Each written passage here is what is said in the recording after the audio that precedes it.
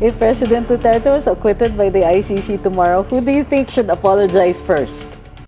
The person who brought him there, President BBM, and the people who helped bring him there, including now Ombudsman Boyeng Rimulya and General Torre, among others.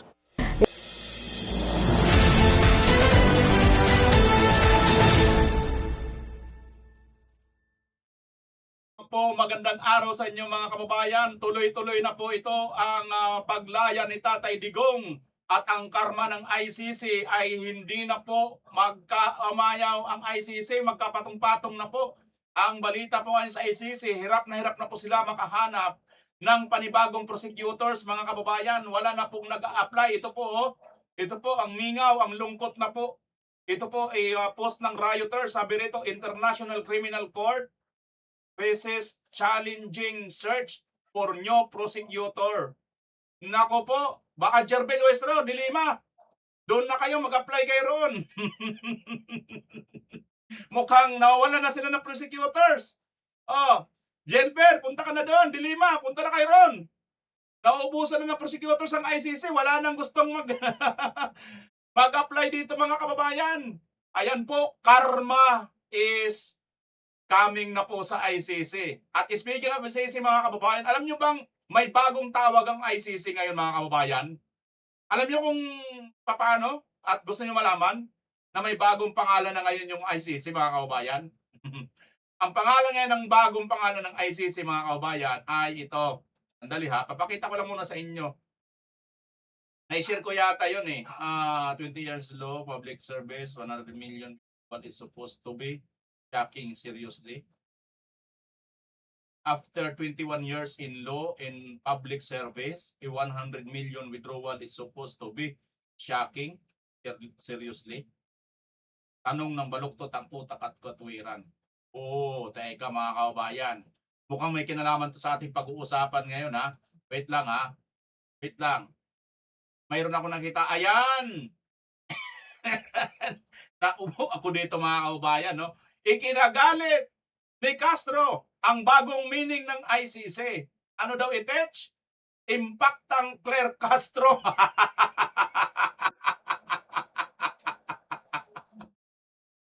Hindi nyo nabasa mga kababayan. Wait lang, baka sabihin nyo. Ayan, nababasa nyo na. Ayan, Impactang Claire Castro. Ayan, nakikita nyo naman siguro mga kababayan. ICC. Impactang si Claire. Ayan, si Castro. Nakapos po yan dyan mga kababayan. Binasa ko lang. Yan daw po ngayon ang bagong meaning ng ICC. Impactang Claire Castro. Dahil dyan, nabuisit ang inyong ang inyong si Claire Castro mga kababayan. Nabuisit, At teka, itong kanina na jurisprudence na yon, mukhang may mayroon tong napapanahon ngayon sa ating pinag-uusapan mga kababayan, Napapanahon po yan. Dahil po ito pong si Dilema ngayon mga kababayan. Abay, bigla pong itech. Ano lang po yan mga kababayan EI lang po yan, EI. EI lang po yan Nung kami pa ni Jonel, sa sobrang pagkasabik namin sa isa't isa, hindi na kami makatiis, sa sasakyan pa lang nagbebembangan na kami. Hindi na namin pinapaabot pa sa hotel o kaya sa bahay. Tumigil ka, Delimaw! Ang tanda mo na dugyot ka pa rin! Pasensya na, Your Honor. Di ko kasi mapigilhan ang masayang karanasan ko kay Jonel. Sabi ko nang tumigil ka na! Sobrang sarap! Nung kami pa ni Pampagood vibes lang yun mga kababayan, huwag niyong seryosohin. Ano lang yun, yung gawa-gawa lang EI yun mga kababayan. Kasi po itong si Dilima, napahiya po ito kanina mga kababayan. Abay, nag-conclude pa naman, grabe At ang isa pa dito ng ating pag-uusapan, ito pong si Congressman Pulong Duterte pumalag dito kay Dizon. Abay, alam niyo naman mga kababayan, di ba may nangyaring baha sa Davao? Abay, punta na kagad si itong si Vince Dizon. Tapos, kung ano-ano na kagad mga sinasabi, di ba? Pinapatulog na kagad nila, kaysa daw ganito sa Davao, 2019 pa daw yan. So, ibig sabihin, balik Duterte uli ang sisi mga kababayan. Ito ngayon, Panoorin niyo po itong buong video ito sapagkat malalaman niyo po kung ano po ang ibig sabihin or ano po talagang dahilan kung bakit po biglang or nagkaroon po ng bahagan yan dyan sa Davao.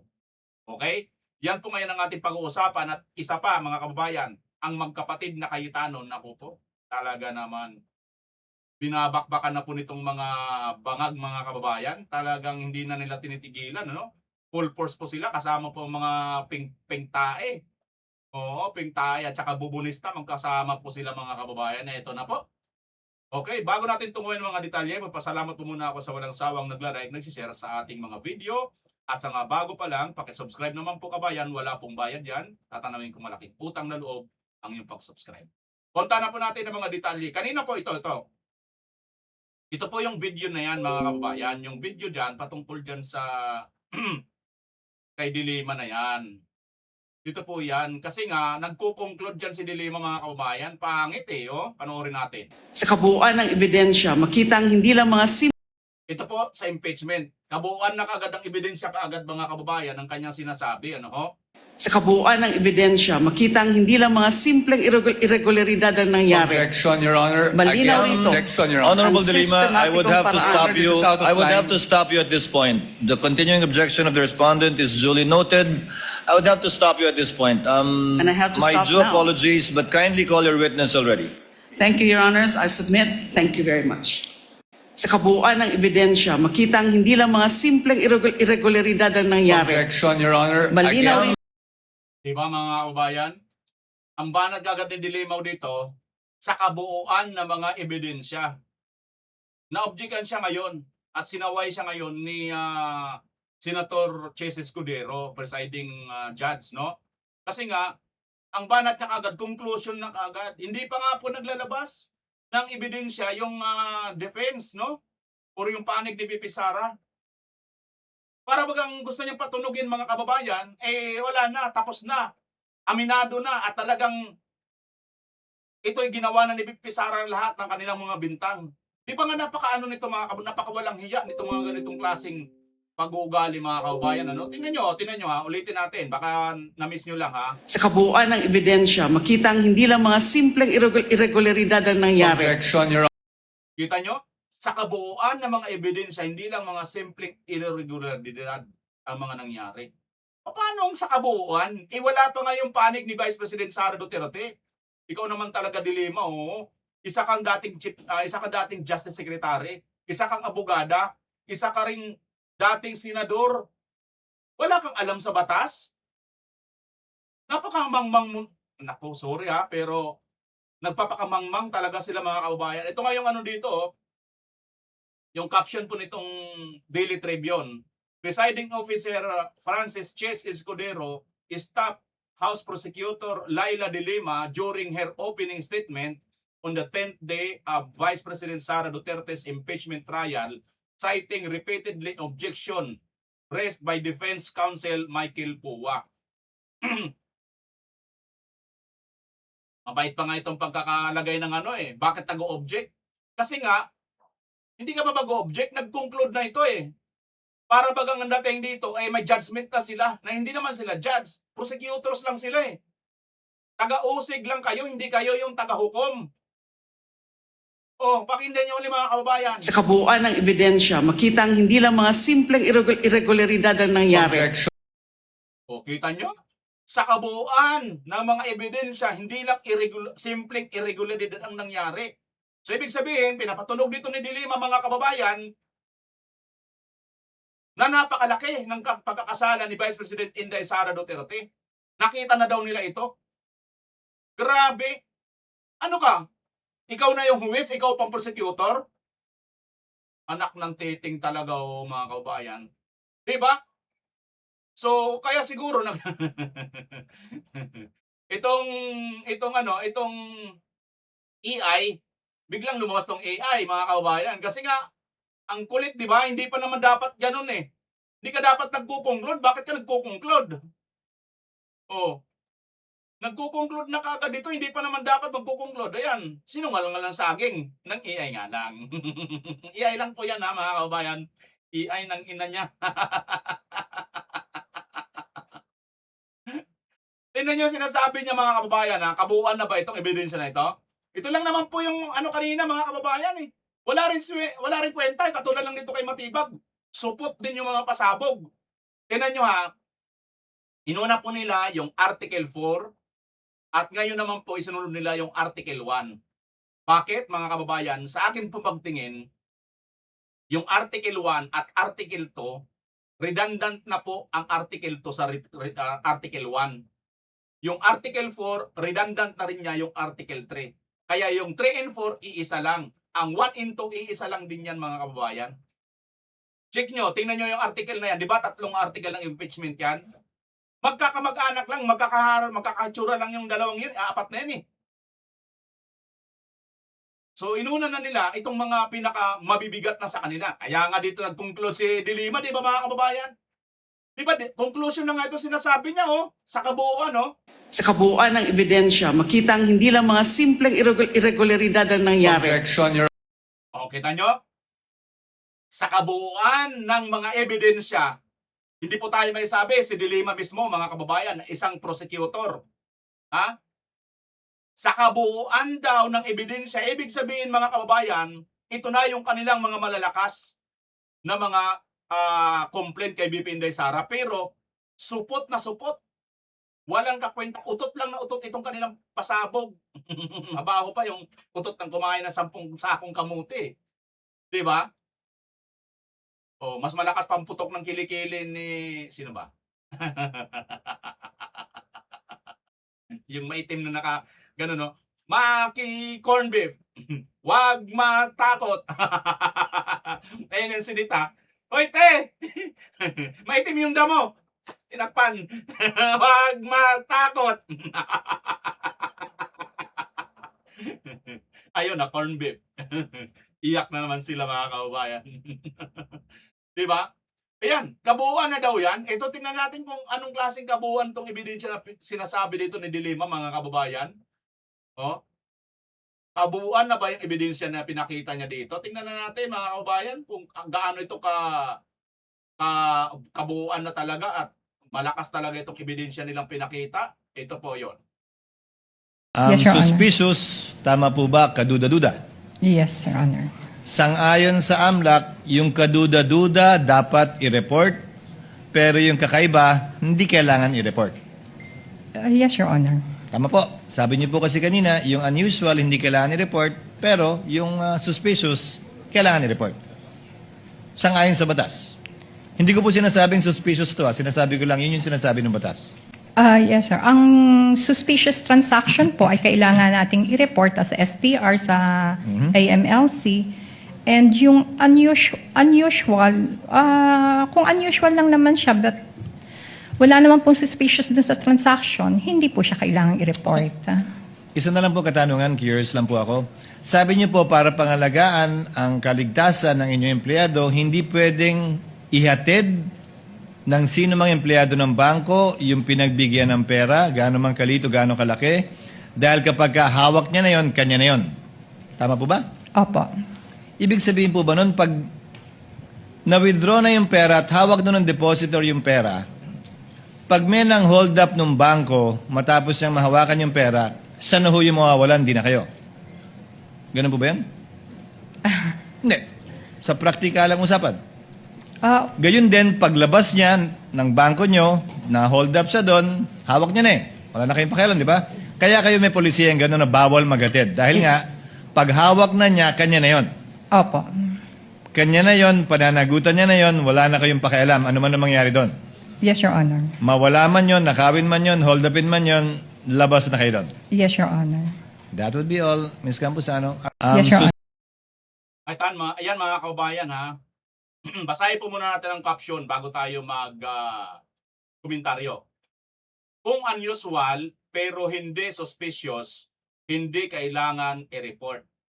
Panoorin. Ayon kay dating Land Bank DepEd Manager Ninita Campuzano, hindi kinakailangang iulat sa Anti-Money Laundering Council, EMLC, ang isang transaksyon kung ito ay unusual, ngunit hindi naman suspicious. Nauna nang sinabi ni dating Land Bank Manager Violeta Constantino na unusual ang 125 million cash withdrawal ng Office of the Vice President. Balikan natin mga kababayan. Ayon kay dating Land Bank DepEd Manager ni Nita Campuzano, hindi kinakailangan iulat sa AMLAC ang isang transaction kung ito ay unusual, ngunit hindi naman suspicious. Ano ba sinabi dito nito mga kababayan? Hindi naman daw ito suspicious eh. Unusual lang. Suspicious, tama po ba, kaduda-duda? Yes, Your Honor. Sang-ayon sa AMLAC, yung kaduda-duda dapat i-report, pero yung kakaiba, hindi kailangan i-report. Yes, Your Honor. Tama po. Sabi niyo po kasi kanina, yung unusual hindi kailangan i-report, pero yung suspicious, kailangan i-report. Sang-ayon sa batas.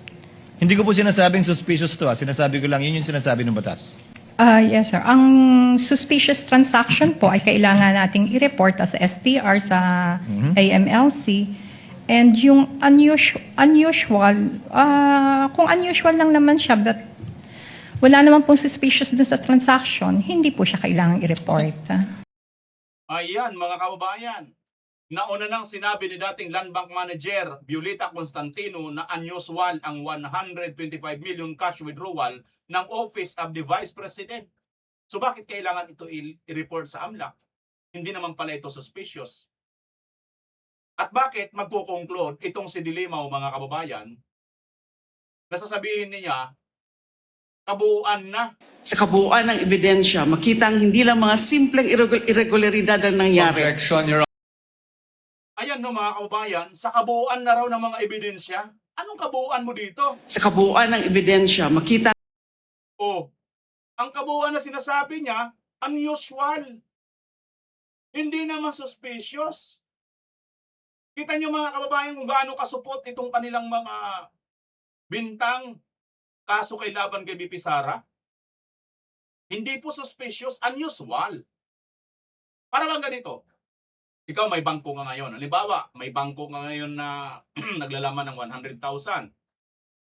Eh, yung budget mo sa isang buwan ay mga 15 mil or kaya 20 mil, di ba? Yun yung budget mo. Para sa pagkain, yung minimum na budget, di ba? Magkano kasi ang sahod kasi ng mga Pilipino ngayon, maabot lang yata 20 mil eh. Di ba? Yung regular natin, magkano ba? Sabihin natin 21,000. Oh. Eh ngayon, bigla kang, ikaw ngayon na may 100,000 na account, bigla ka ngayon nag-withdraw ng 50,000. Ano mangyayari doon? Di ba? Di ba unusual yun? Kasi dapat ang usual na i-withdraw mo nasa 5,000, 10,000, siguro 15,000. Yung 20,000 nga, medyo over ano na yun, di ba? Kasi nga, sinasahod mo lang monthly, 21,000.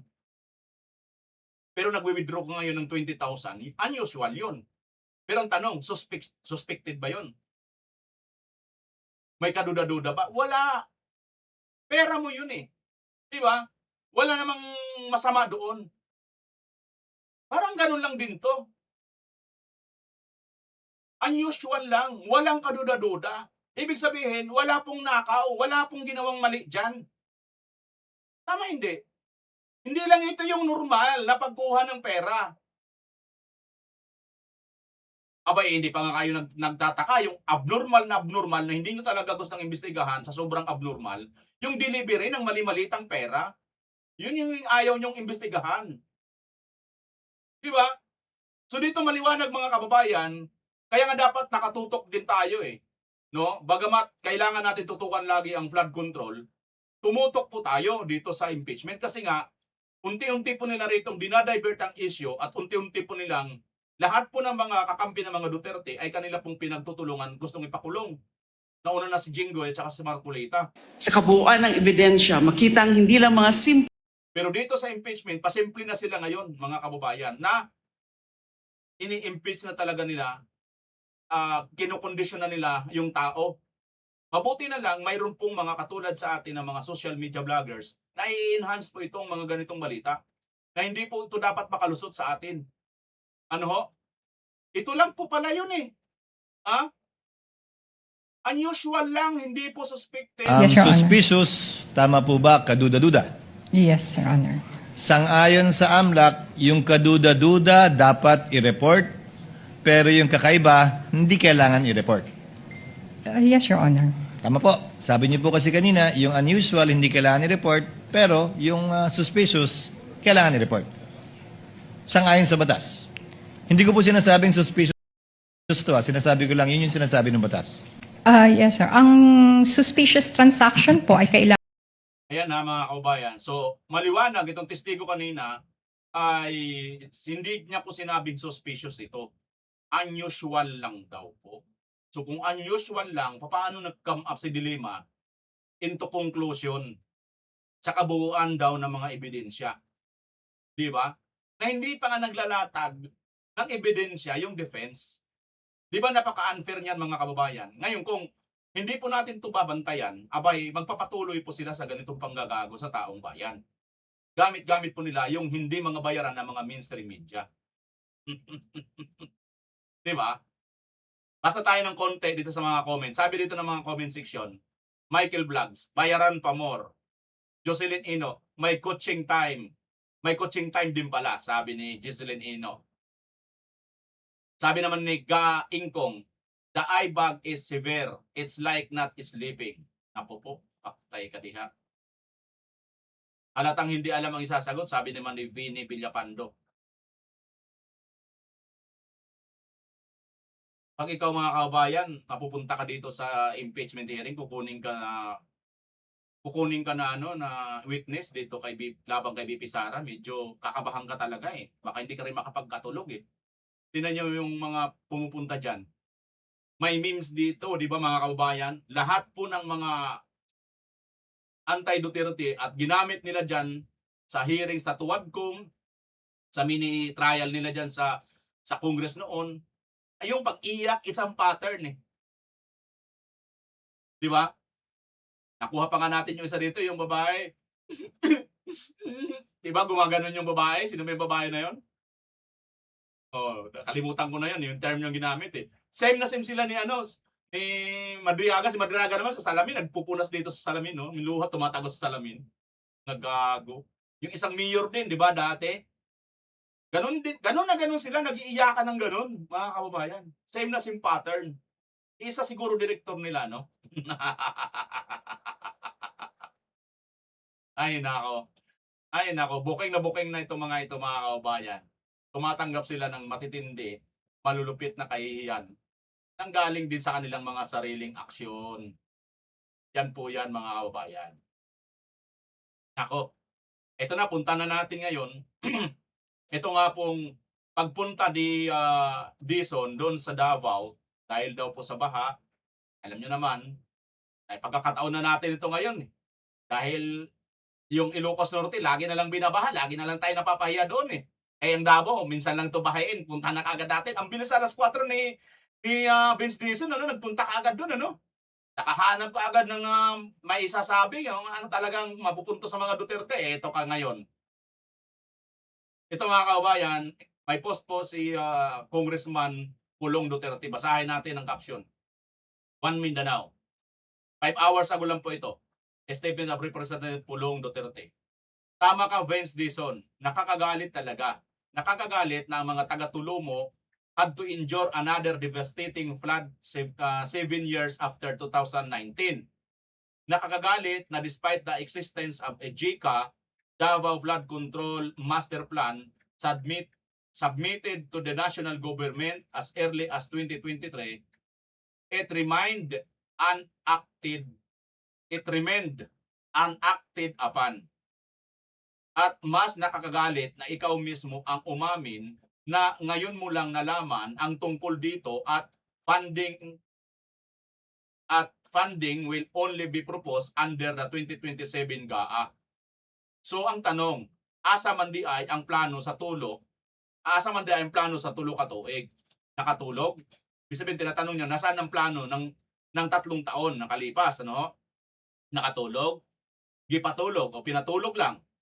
You asked why nothing substantial was done after 2019. That's a fair question.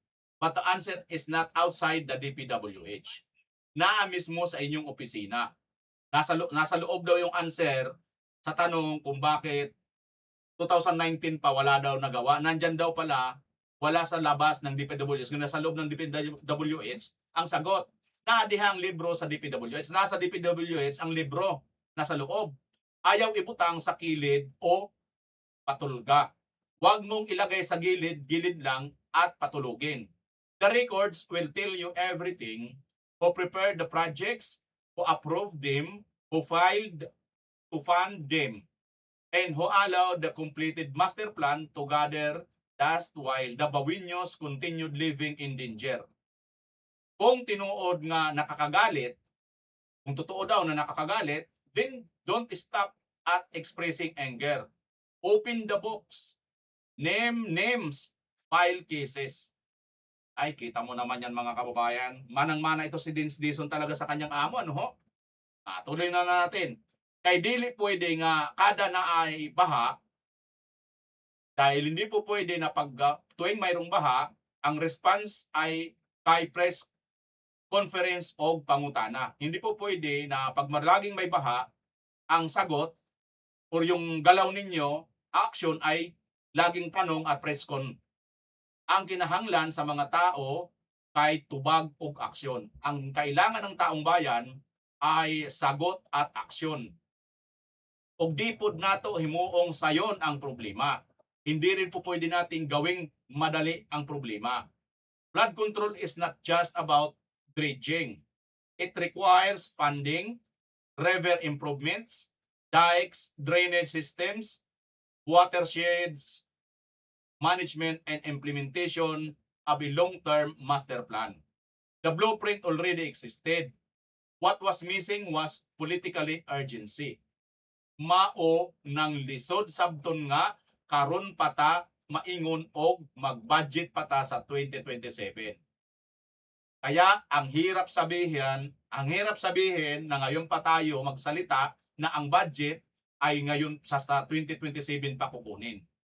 Ang baha wala man nagulat sa budget cycle. Ang baha hindi naman niya naghihintay sa budget cycle. Ang tubig wala man maghulat nga mahuman ang paperwork. Ang tubig, baha, ay hindi naman naghihintay yan, makapaghintay yan kung kailan matatapos ang mga paperworks. So yes, Vince Dizons, nakakagalit. Pero ang mas nakakagalit kay human sa tulo katuig nga naa na ang solusyon, ang giingon karon sa mga Dabawinyo kay hulat na pud mo. Pero ang nakakagalit Vince Dizon, dahil pagkatapos ng 3 taon, ang solusyon ninyo ay sasabihin ninyo sa mga Dabawinyo, maghintay kayo ng another 3 taon. The people of Davao deserve better than delayed promises. They deserve accountability, decisive leadership, and the immediate implementation of a flood control plan that should have started years ago. Enough with the finger pointing, panahon na nga ang DPWH mutanaw sa kaugalingon niyang records bilang pointing fingers at everyone else. Panahon na raw ngayon para tingnan na ng sariling mga records ng DPWH para ituro ng sarili nilang mga daliri. Huwag ang ibang tao. Matatandaan natin mga kababayan, ang Davao City po, Congressman Pulong Duterte, wala na po silang budget mga kababayan. Tinanggalan na po. Lahat po ng mga Duterte alay, ganyan po katalamak itong buhayang BBM na ito mga kababayan. Alam naman natin yan. Kaya nga po yung iba kahit mga Duterte congressman dyan napilitan po sila pumirma kay laban kay BP Inday Sara. Tingnan mo nga yung Ili San Fernando, di ba? Ayaw din nun sa impeachment pero anong nangyari? Pumirma din. Bakit? Dahil sa budget. Tingnan nyo nga mga congressman ninyo. Di ba ganon ang kanilang rason? Kaya sila pumipirma. Tingnan nyo nga sa Cebu. Itong babae na kung hindi dahil kay Tatay Digong, hindi ito mananalong gobernador. Anong nangyari? Si Pam Baricuatro, di ba? Kaya daw siya ngayon nakikisama kay Marcos Jr. para may budget ang mga taga Cebu. Kasi pag hindi siya makisama, ipit na ipit. Realidad yan, mga kababayan. Hindi po yan kwento-kwento lang. Ganito po ang nangyayari.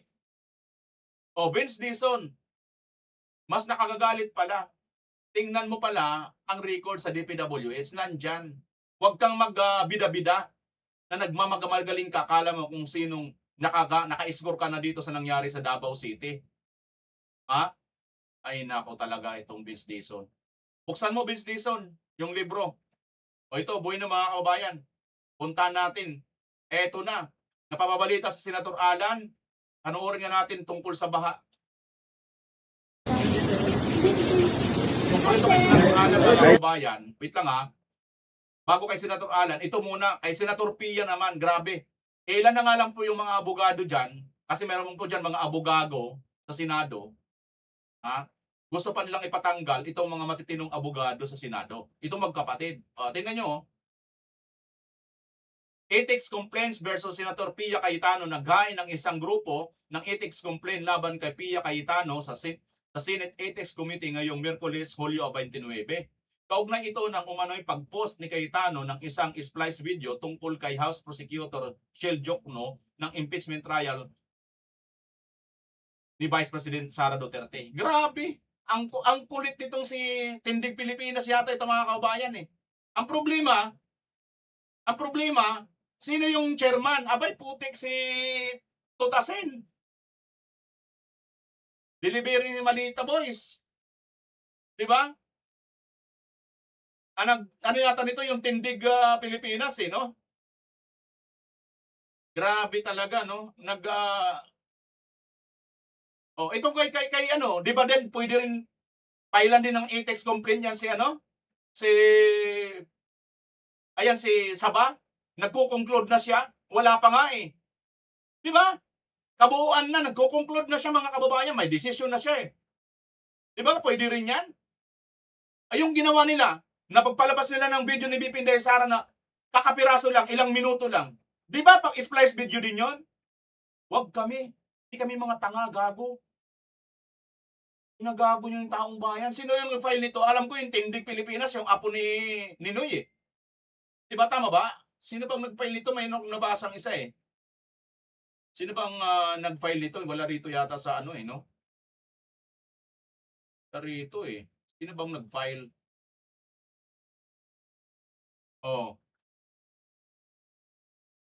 Sino bang nag-file nito? Basta, parang may nabasa akong isa, mga kababayan, Tindig Pilipinas ang may gawa nito. Pero, splice video, anak ng titing talaga lahat na lang talaga, mga kababayan, ginagawa nila ng paraan para lang po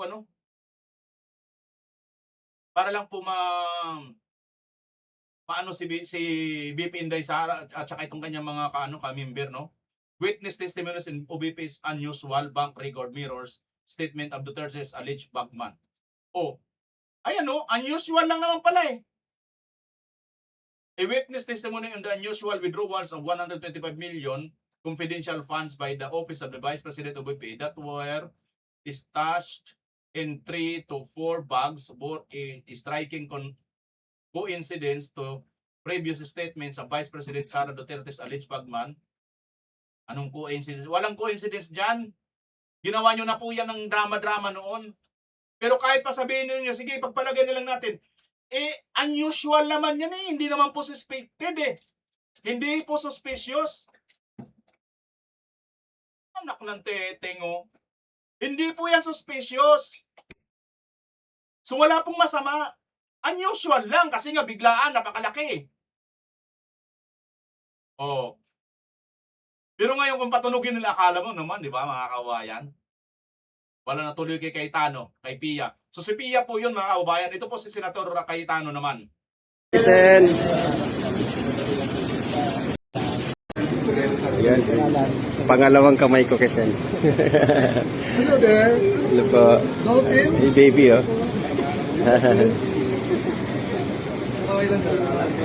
Dito na ba ito? Ano yung nakalagay ko?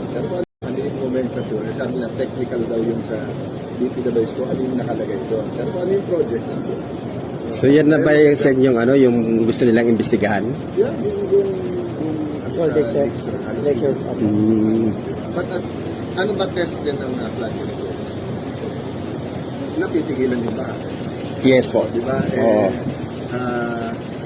As late as 2000 going to 2001, tatlong buwan na ata ang bahan namin. Awa ng Diyos, but that's over 12 years. Sa dami ng project, planning, etc. So, baga, natira na lang yung pa-plus. Kasi katulad dati na 2 linggo, 2 buwan, tapos hanggang bewang, di ba na. But anyway, dadating tayo dyan, ang point ko lang, nandyan din lang kayo. Opo. Silipin nyo na kasi the best route naman is doon. Tsaka pag those, tinignan mo, wala kang makikita. Yung dito, tignan mo yung programa, tignan mo yung project, makikita mo naman. God bless you guys. Thank you, Sen. So, parati ko nga tinatanong, ano yung nomenclature? Sabi nila, technical daw yung sa DPWS ko, ano yung nakalagay doon. Pero ano yung project natin? So yan na ba yung sa inyong ano, yung gusto nilang imbestigahan? Yeah, yung project lecture. But ano ba test din ng flood control? Napipigilan mo ba? Yes po. Di ba? Oo. As late as 2000 going to 2001, tatlong buwan na ata ang bahan namin. Awa ng Diyos, but that's over 12 years. So guys, ito pala yung binabanggit na flood control dito sa Taguig na yung kaninang sinambit ng ating Senador Alan Peter Cayetano. So ito, napakaganda naman ng pagkakayari, oh. Pulitong-pulito guys.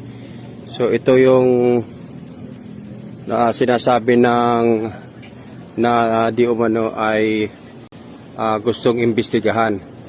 At sabi nga ng ating senador ay dati-dati ay kaunting ulan lang hanggang baywang na yung baha dito sa area na to. Pero sa ngayon makikita natin, sabi nga ni senador, mula nung nagawa itong flood control na ito ay kahit papano naibsan po yung pagbaha. So ito po yung prueba na sabi nga ni senador ay wala pong nangyaring anomalya dito sa naturang flood control na to. At makikita naman natin ay napakaganda nga naman ng pagkakayari, no? Ayan. Ang ganda. At yan po ay ginawa rin po sa May. Ayan mga kababayan, ito pala yung sinasabi ni Cayetano or ni Lacson.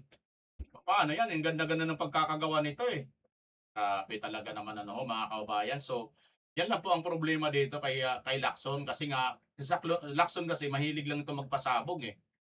Manang-mana rin kasi ito sa kanyang amo eh. O, tingnan nyo mga kababayan ang pasabog ng kanyang amo. Pisot na pisot din kasi ang pasabog ng kanyang amo, di ba mga kababayan? Si Marcos, sino bang kanyang among iba? Ano namang ibang amo si Marcos eh? Ay si Lacson kundi si Marcos, di ba? Ito yung mga pasabog niya oh.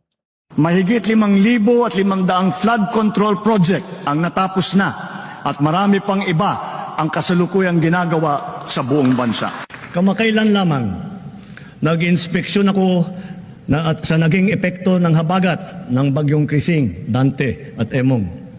Kitang-kita ko na maraming proyekto para sa flood control ay palpak at gumuho. At yung iba, guni-guni lang. Huwag na po tayong magkunwari. Alam naman ng buong madla na nagkakarakit sa mga proyekto. Mga kickback, mga initiative, errata, SOP, for the boys.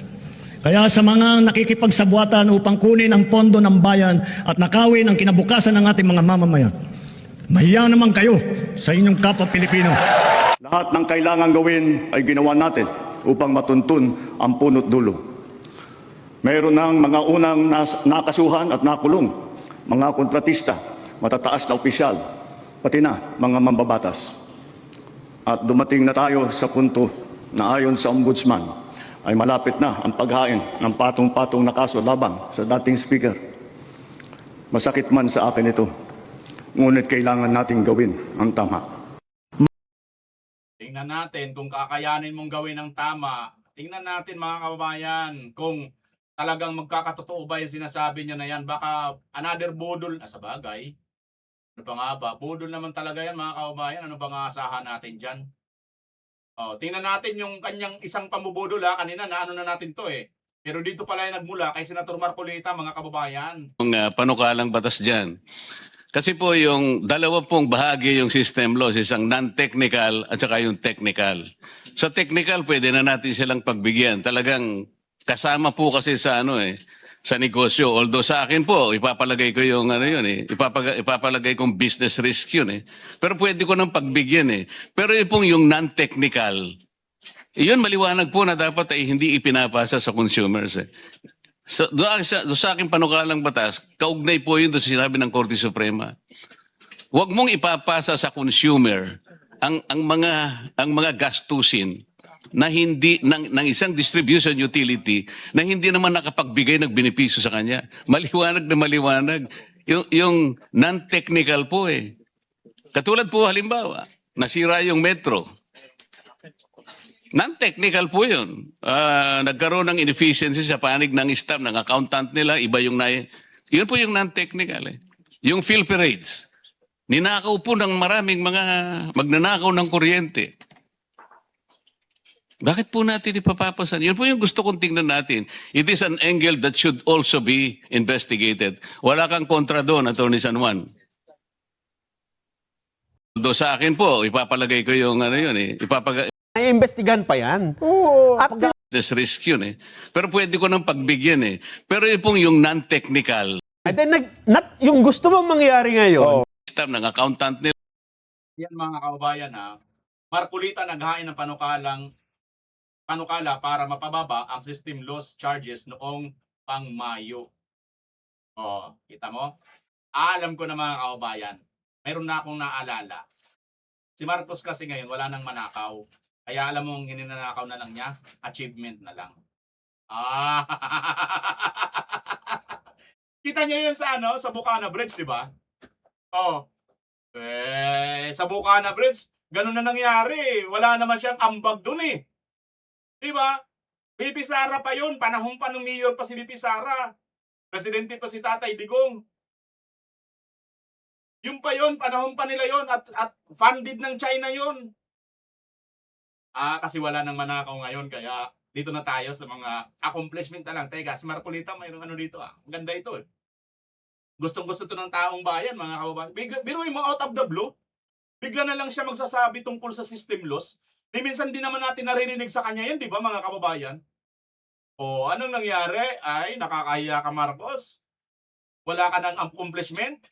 Wala ka ng manakaw, kaya pati accomplishment ninanakaw mo na. Grabe mga kababayan, Ang tindi ni Makoy talaga. Yan po ang maliwanag mga kababayan na wala na pong accomplishment itong si Marcos kaya dito nagtsatsaga na lang siya. Magnakaw na lang ng accomplishment ng iba. Balikan lang natin ng konti itong naging press con kanina ni Attorney Puwa yung ni BP Sara. Natin at paano po ito nakaka-apekto yung mga ganitong klaseng statement sa pagiging patas po ng impeachment trial. Opo. Yung sa atin po, of course, this is with all due respect to Representative De Lima. I have the utmost respect for her, so I did not mean to offend her at all. Ang sa atin lang po sa defense, it's just that nagkaroon na rin ng ruling.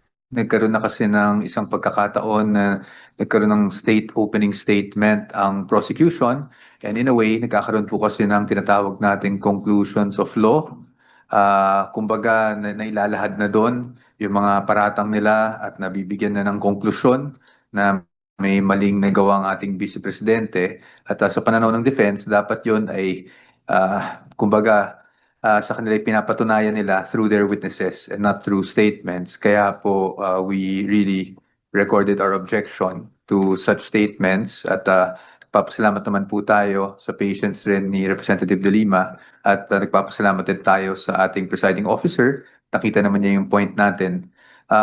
Actually, ayoko po sanang mag-interject in the middle of her speaking kasi it's quite disrespectful naman talaga to do that. So I was really trying not to, except that Ang magiging problema kasi natin, katulad noon, is pag nasa record na, kahit na pa-strike off natin yan, narinig na po ng ating mga kababayan at baka po makondisyon kasi yung mind sa mga kababayan natin, lalong-lalo na hindi pa po tayo naglalabas ng ebidensya ukol dito, kahit yung prosecution, at that time wala pang nilalabas na ebidensya. At lalong-lalo na dahil ang depensa ay hindi pa rin naglalabas ng aming ebidensya. So yun lang naman. Mga kababayan, di ba?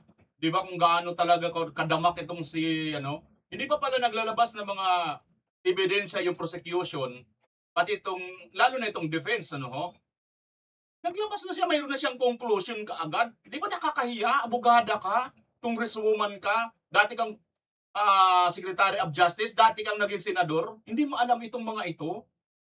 Anak ng titing talaga naman mga kababayan. So, wala talaga, for conviction lang talaga sila. Hindi talaga nila titingnan kung may tama dito or may mali silang ginagawa. Basta makonvict lang.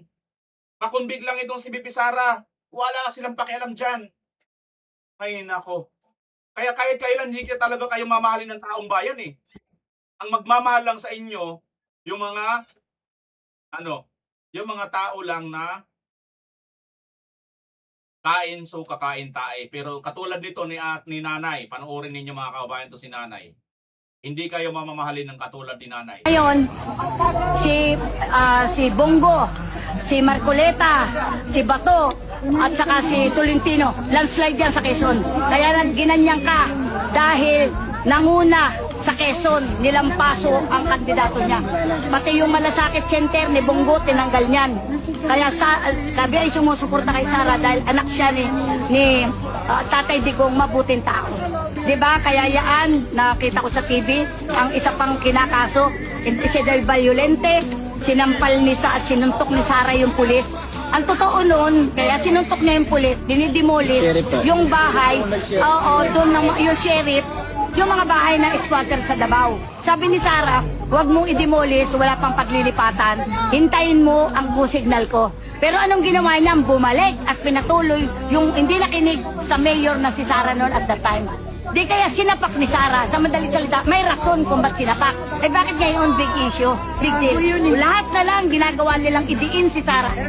Ini-impeach, bakit?